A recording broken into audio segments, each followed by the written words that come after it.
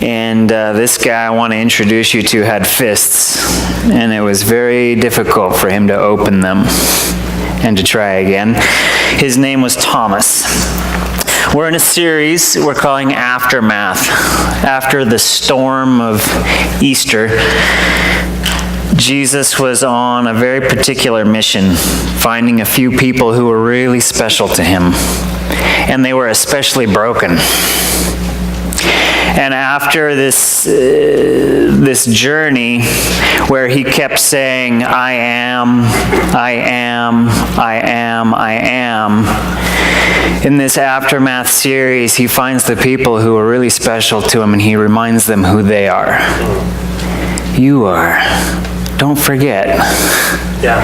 And he restores them. A couple weeks ago, he found Mary in the garden. And I'm sure he was thrilled that she was still pursuing him, even in death, with all of her heart. But he said, Mary, don't cling to me.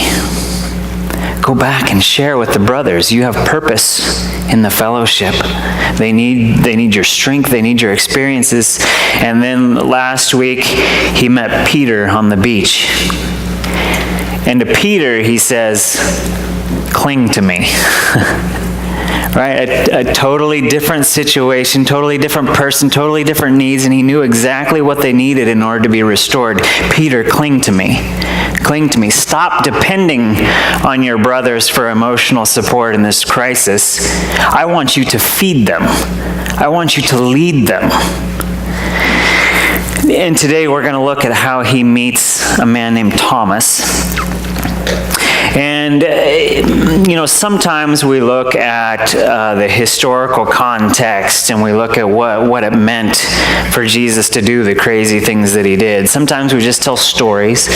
And today I want you to, our kind of study tool is to get to know this person. So we're going to delve deep into his psyche.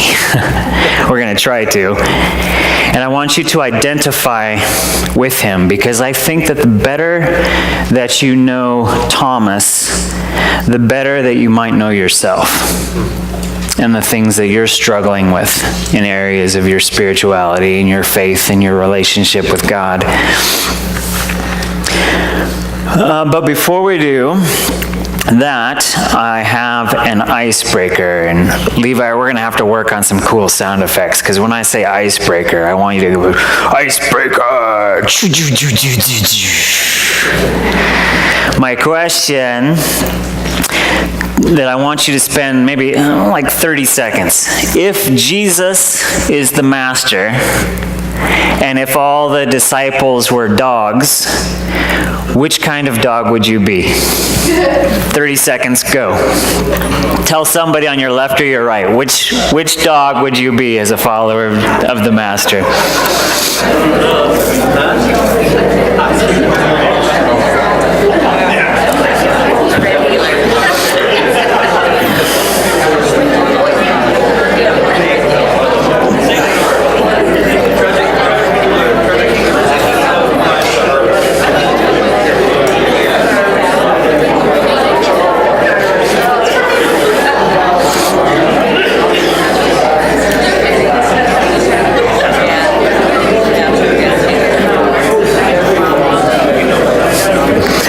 You got it? See, that's the funny question, is I have to confess publicly in Central Oregon, which is very difficult, I don't like dogs. Oh, he's a monster. So it was funny. It was funny that God gave me this question, because I don't want to identify with a dog. I don't want to answer that. But it got me thinking about the disciples, and I started kind of having fun with it. And I have a few examples up here. Like Matthew, for example, reminds me of a husky. I think we even have some pictures. Matthew was extremely purposeful. He was on track, and he didn't go left or right. He wanted everyone to know that Jesus was the true king. And every prophecy, every story he shared, everything was very purposeful. Jesus is the true king. Or like James, the book of James, he's a little bit more rigid and proper. And he wants everything to be done correctly, right? And you need to be careful of your tongue because it's very dangerous and very proper. Or, of course, Peter. I think we have Peter next. Yes. Peter doesn't know what reverse is. He can barely turn left or right. It's just straightforward. Go, go, go. What's the next one? John, I believe. John was a different kind of cat. John was odd. Very different from all the others. He kind of stood back. He watched everything with a little bit of a superiority complex, I think. Very cat-like. And then we come to Thomas. And this was the picture that I have for Thomas. Now, most of us come pre-prepared with a label for Thomas, and it's really not fair, right? Doubting Thomas, and we're going to kind of play with that today because we don't have lots of, we have one label for Thomas, doubting Thomas, and it's not fair. I mean, we don't say, oh, there's sinking Peter, right? Oh, there goes murdering Paul. It's not fair. We should know this in our culture. It's not okay to label people before you know them. Once you know them, it's fine because you're playing with it and it helps. I'm going to start with a label for Thomas that's golden retriever. Because far from being doubting Thomas, as I've gotten to know Thomas over the years, and I've been a fan of Thomas for 20 years, my oldest son, his middle name is Thomas, because I love Thomas, and I've come to know him. And my label for him is Loyal Thomas. And I think of him as a golden retriever, but your job is to test that label this morning as we get to know him, right? Because a label is a generalization, and we really want to get to know them, and the label might help us or not help us get to know him better. So we're going to go and look through a few of these examples. It's interesting to me that John, the book of John, is the only one who makes Thomas in any way special. Matthew, Mark, Luke, none of them refer to Thomas except in a list of names in the group. Only John picks him out. John saw something in Thomas that was unique to the group. And we only have a few instances where we can get to know Thomas. The first one is in John 11. And they were talking as a group, and they were saying to Jesus, are you sure you want to go back to Judea? Because they're trying to stone you there. And Jesus tells them, well, Lazarus, our friend, has died, and we're going to go to him.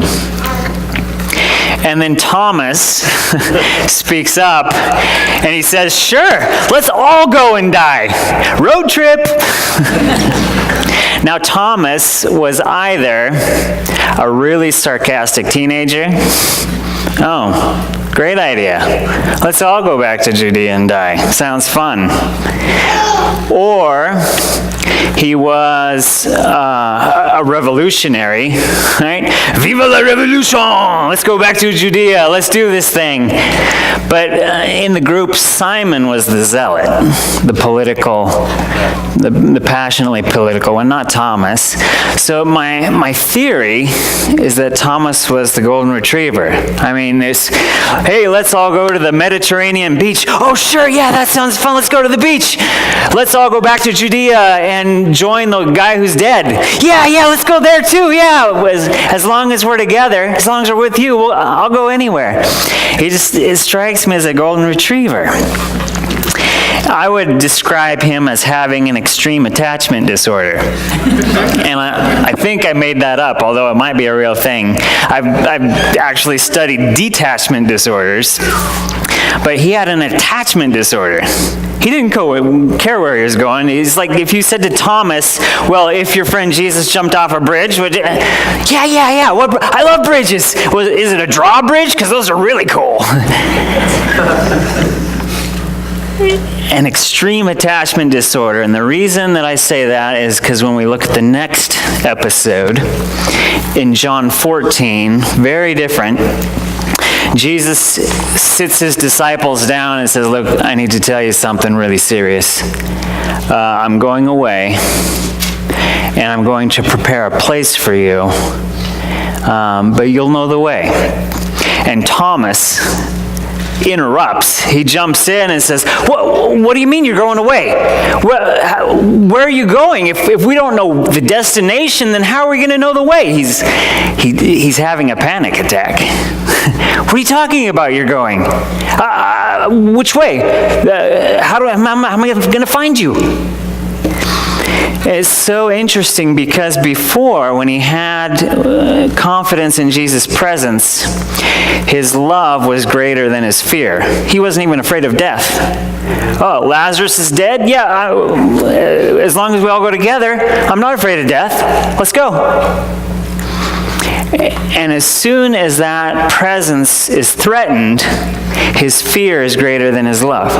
He can't even handle it. He said, what are you talking about? The absence of the master, and in a split second, he goes from being one of the boldest disciples to being one of the whiniest. Just like a golden retriever, who just, wherever, if his master goes in a door, he'll just sit there and stare at the door. When's my master coming back, right? Where's he going?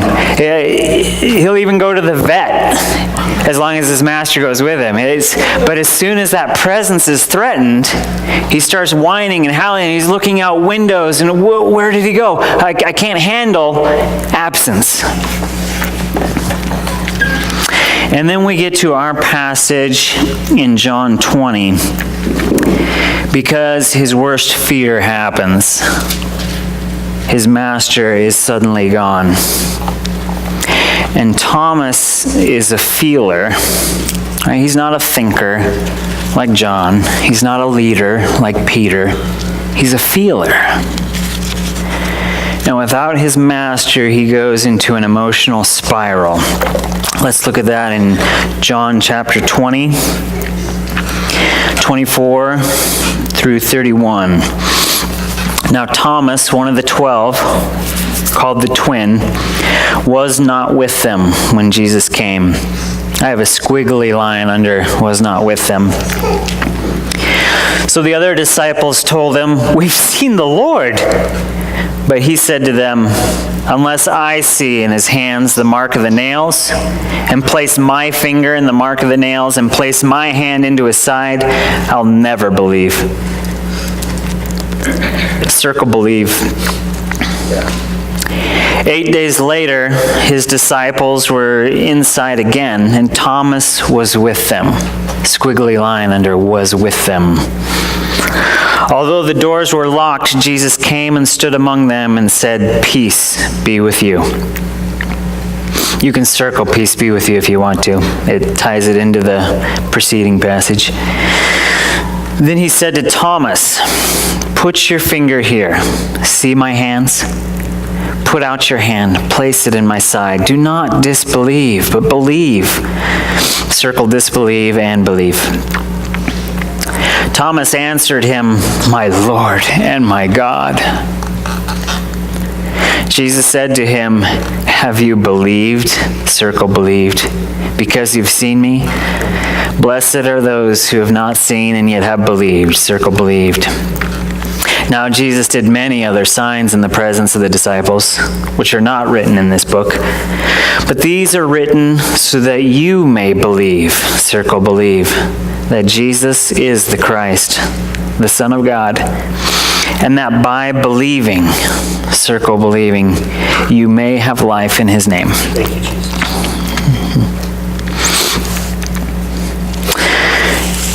I want to examine Thomas's spiral because a lot of us are feelers. You know, we're not all Johns. We're not all Peters. A lot of us are feelers. I'm not, but a lot of us are. And we have a lot to learn from Thomas. Instead of doubting Thomas, let's start with isolated Thomas. Thomas was not with them. Where was he? Where was he? Everyone else was there. What was he doing? Why wasn't he with the group? And it wasn't like Mary, who we studied a couple weeks ago. Mary was pursuing Jesus off on her own. Thomas was in a spiral. It wasn't a good spiral. He was off on his own, but it wasn't a good isolation. He was retreating. He couldn't handle it. Now, I find it very curious in our culture that we tend to overshare our inconveniences, and yet we avoid any mention of potential dangers. Right? I mean, we tell each other all the time, I'm just so sick of the rain we've been having. The 5 minutes yesterday, I almost got wet. It was awful. Or our arthritis, or a problem, my electricity went out for an hour. We're very open, and we'll talk about it all day long with anybody who will listen, the inconveniences that we have as Americans. It drives me nuts. And yet we won't talk about the things that are threatening our souls. Does that make any sense at all? Suicidal tendencies?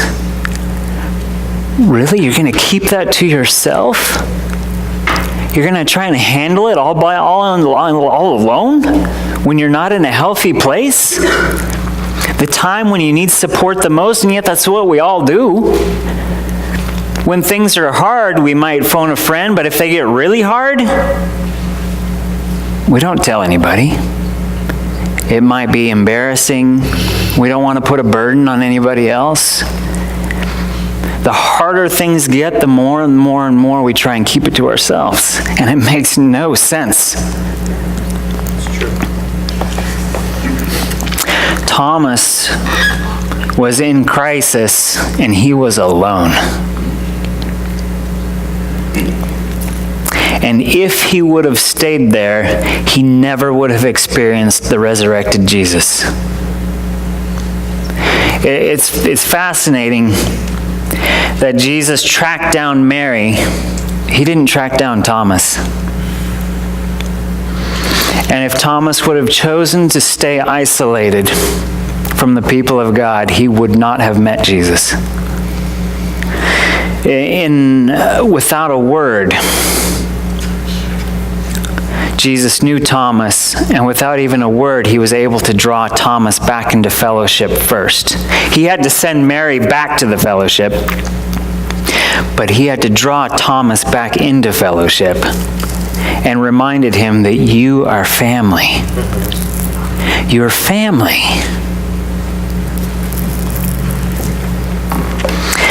And I admire Thomas because it couldn't have been easy to choose nearness. You just think about some of the tough things that you've gone through. It is hard to be near people when things are really tough. That's true. Now, I say he chose nearness. He chose a skeptical nearness, right? Because his problem wasn't solved. I'm sure he went and he spent the whole week sitting in that room, right? Listening to the story. So you guys all saw Jesus. So he walked, did he walk through that wall or that wall? Oh, really? Yeah, now I believe you. Not. But when the disciples weren't looking, he was probably checking out the wall. Are there some hidden hinges here? But he had his arms crossed the whole time. Are you sure about that? And then he ate some fish and breathed on all. I don't even like seafood. I'm sure he was sitting there the whole week, skeptical, but he chose to be near. He chose to be near, and he chose to be patient. He waited, and he waited, and he waited. And the whole time, he hadn't met Jesus yet, but he was watching. And all the other disciples really believed that they had met Jesus, and he couldn't deny that. And he couldn't deny how happy they were. And he couldn't help but want some of what they had. He chose nearness because to some small degree he recognized that his own spiritual state wasn't very good. And that there might possibly be value in nearness to other people who are having spiritual experiences.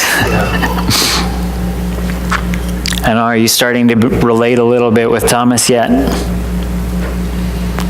Isolation is not your main problem, but it is your first problem. If you do not deal with your spiritual isolation problem, you're not going to get to your main spiritual problems, because Jesus is not, I'm not going to say never, but in order to restore you, Jesus is going to bring you into fellowship in order to do that. It's true. Because Jesus heals within relationships.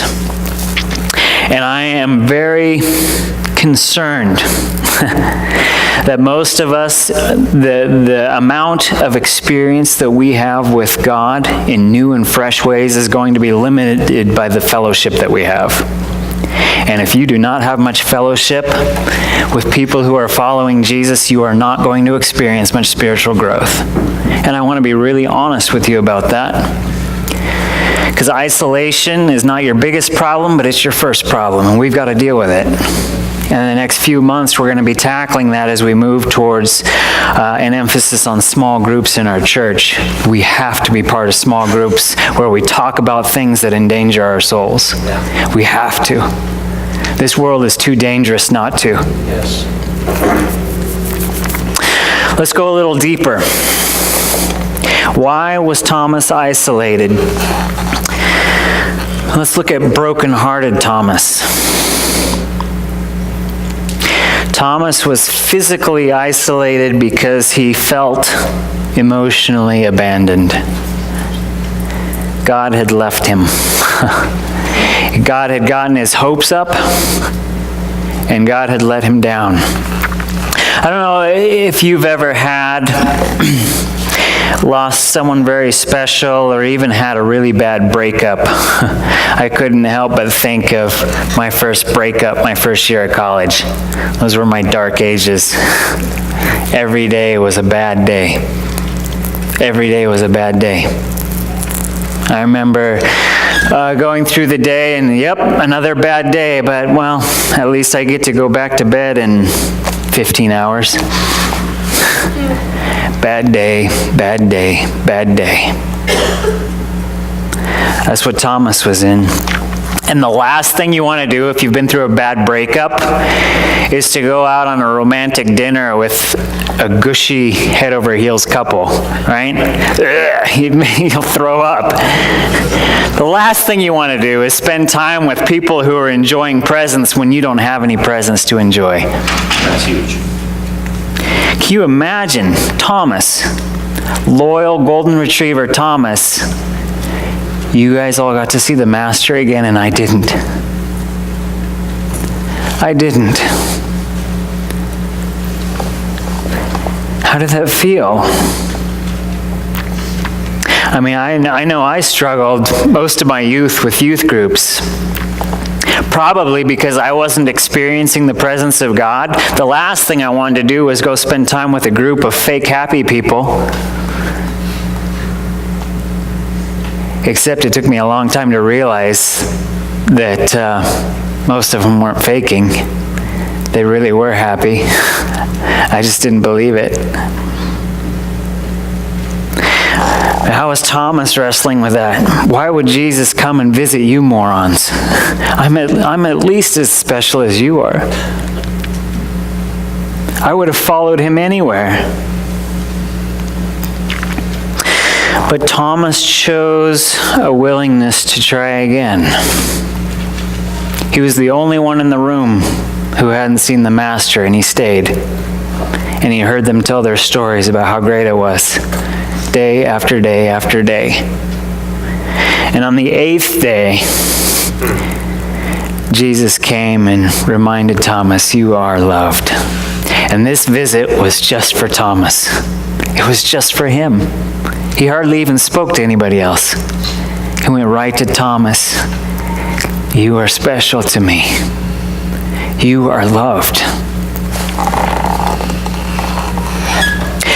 Jesus can find us anywhere at any time, and he knows what is uniquely needed for our souls in order to restore us. And a lot of times we think it should be the first day, a certain time, certain place, sooner's better. And he doesn't, and he doesn't, and he doesn't, and he doesn't. And we wait and we wonder, but are we choosing as we wait to listen and to hope? See, Thomas stayed.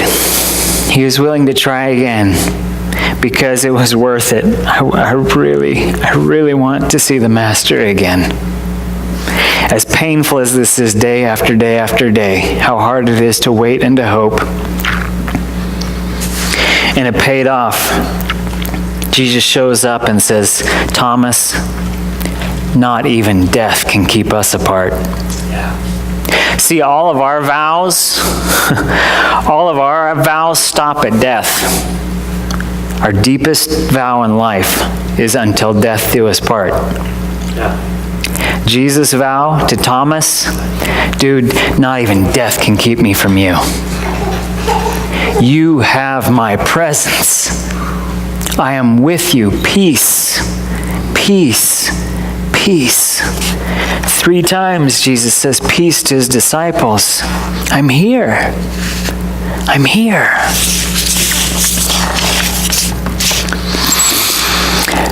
Now, in Thomas's isolated, broken-hearted condition, in this lonely, bitter spiral, we want to look at angry and entitled Thomas, because when you're that caught up in your isolation and in your emotions, you speak without processing, unfiltered. And Thomas was really angry. Thomas felt like he deserved more from God. God tricked me. God got my hopes up. Maybe even felt like he used me, and then God abandoned me. He abandoned me. And he was done. If you've put it all out there and been rejected, you don't put it all out there again. And Thomas was like, you guys, he didn't want to go join them in the room because I'm done playing that game. Unless you can give me absolute proof, I'm not going to risk my heart and my soul again like that. I don't want to be hurt like that again. I'm good at one thing. I'm not a thinker. I'm not a leader. I'm good at loyalty. And he broke it. I gave him everything. And I'm not going to give it to him again. I'm not ready to do that. And maybe Thomas, maybe he was a little bit right. Because there is a truth. If God is love, and if we are his children, then we should see proofs. Right?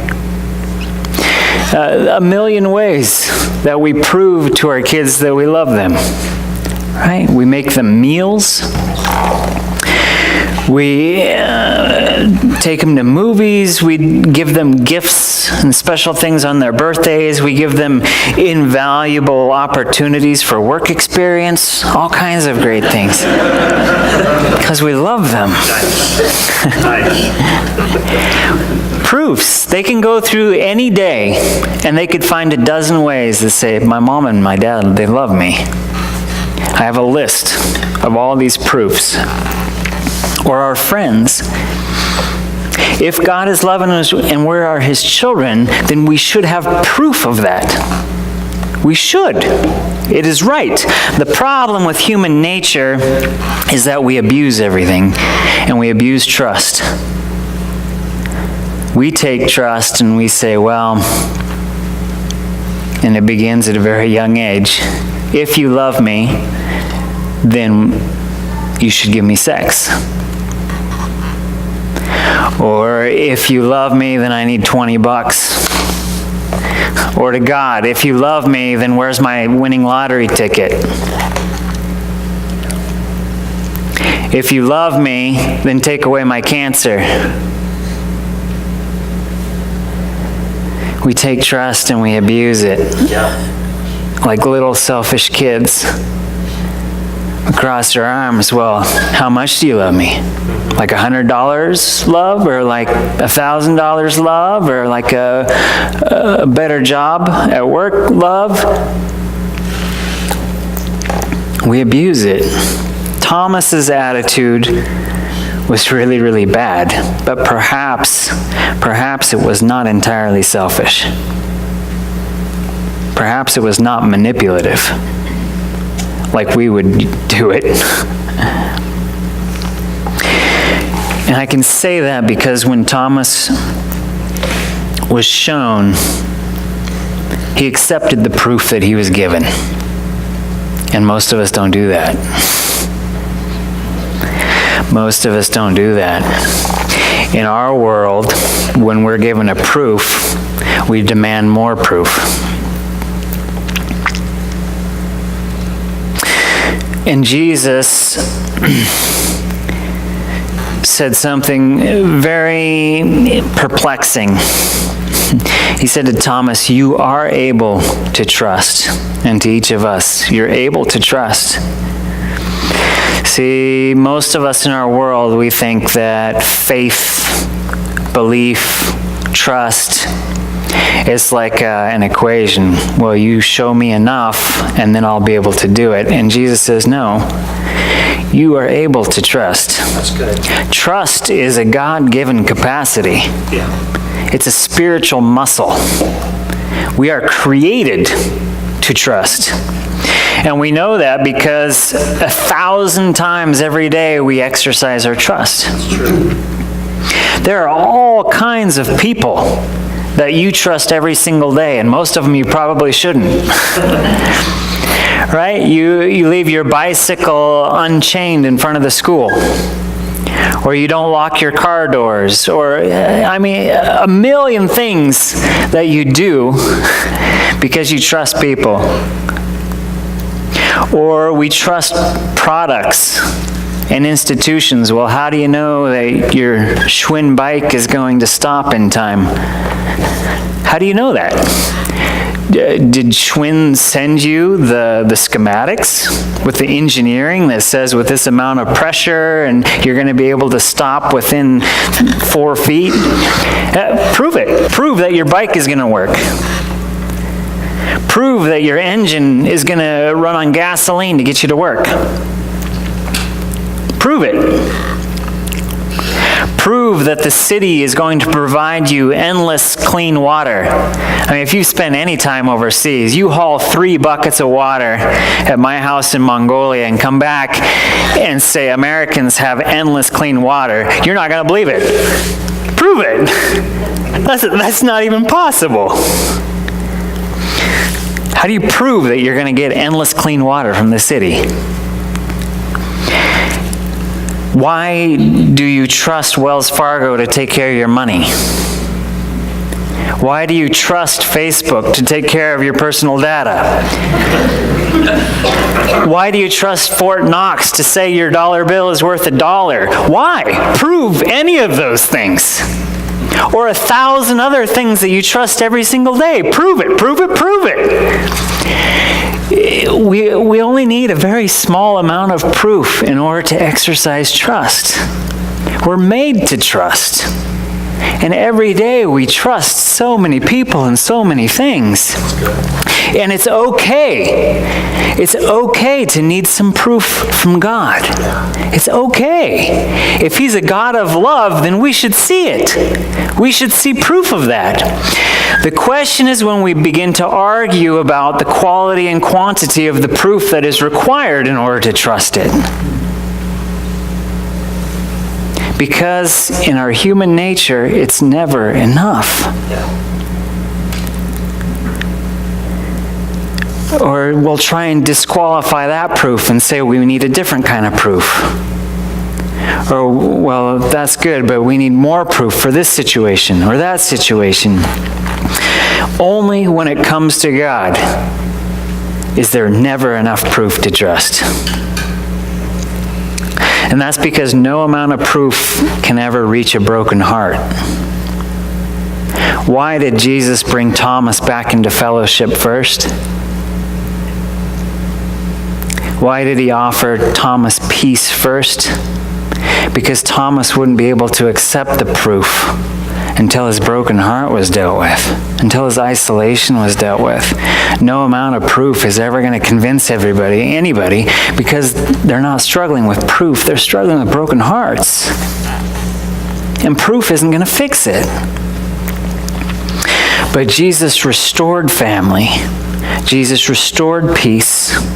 And then He gave proof. Proof that an angry heart was unable to receive. And this is the best part. When Thomas got the proof, he accepted it and he didn't hold back. He didn't hold back, my Lord and my God. It wasn't conditional, right? Okay, I guess I'll give you another chance to be my master. Just don't let me down this time. No, he was all in again.